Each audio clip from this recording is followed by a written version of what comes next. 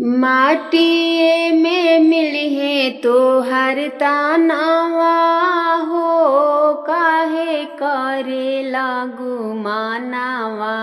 माटिए में मिलिहे तो हर तानावा हो, काहे करे लागू मानावा।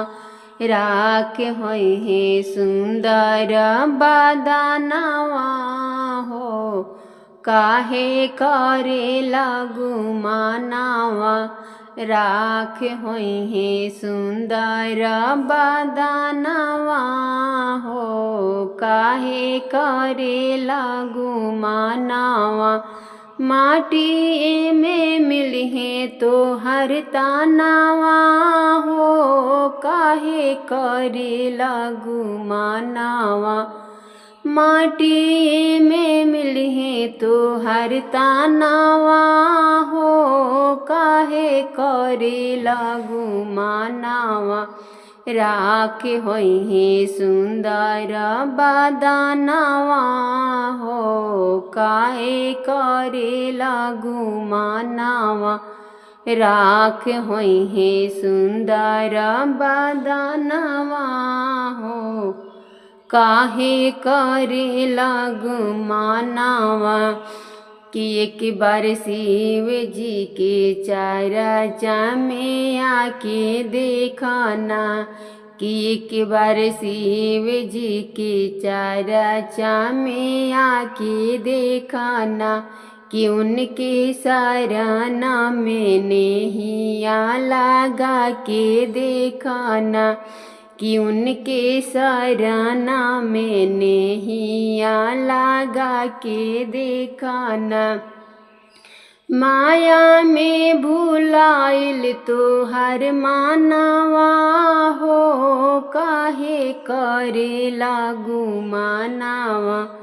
माया में भुलाइल तो हर मानवा हो, काहे करे लागू मानवा। राख होइहे सुंदर बदनवा हो, काहे करे लागू मानवा। राख होइहे सुंदर बदनवा हो, काहे करे लागू मानवा। माटिए में मिलिहे तो हर तानावा हो, काहे करे लागू मानवा। माटिए में मिलिहे तो हर तानावा हो, काहे करे लागू मानवा। राख होइहे सुंदर बदनवा हो, काहे करे लागू मानवा। राख होइहे तोहार बदनवा हो, काहे करे लागू मानवा। कितना सूत्र के तू अपना के देखना, कितना सूत्र के तू अपना के देखना।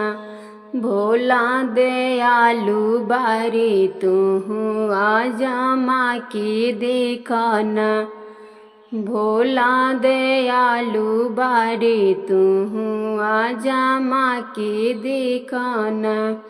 अरे उहे करिए तोहरो कल्याणवा हो, काहे करे लागू मानवा। उहे करिए तोहरो कल्याणवा हो, काहे करे लागू मानवा। राख होइहे सुंदर बदनवा हो, काहे करे लागू मानवा।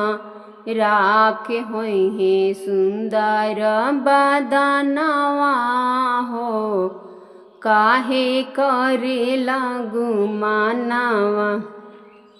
माटी में मिलहे तो हर तानावा हो, काहे करे लागू मानावा। माटी में मिलहे तो हर तानावा हो, काहे करे लागू मानावा। राख होइहे सुंदर बदनावा हो, काहे करे लागू मानावा। राख होइहे तोहार बदनावा हो, काहे करे लागू मानावा। कि दया मांगा चर्चा तू ना मानावा ना, कि सुनल कर तू शिवा के भजनावा ना। कि दया मांगा चर्चा कर तू ना मानावा ना, कि सुनल कर तू शिवा के भजनावा ना। अरे सुबह शाम कर सुमिरनवा हो, काहे करे लागू मानावा। सुबह शाम कर सुमिरनवा हो, काहे करे लागू मानावा। राख होइहे सुंदर बदनावा हो, काहे करे लागू मानावा।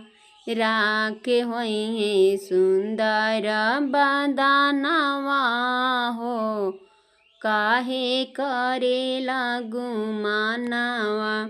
माटी में मिलहे तो हर तानावा हो, काहे करे लागू मानावा।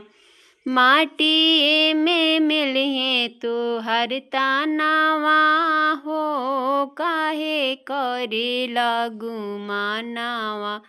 राख होइहे सुंदर बदनावा हो, काहे करे लागू मानावा। राख होइहे सुंदर बदनावा हो, काहे करे लागू मानावा।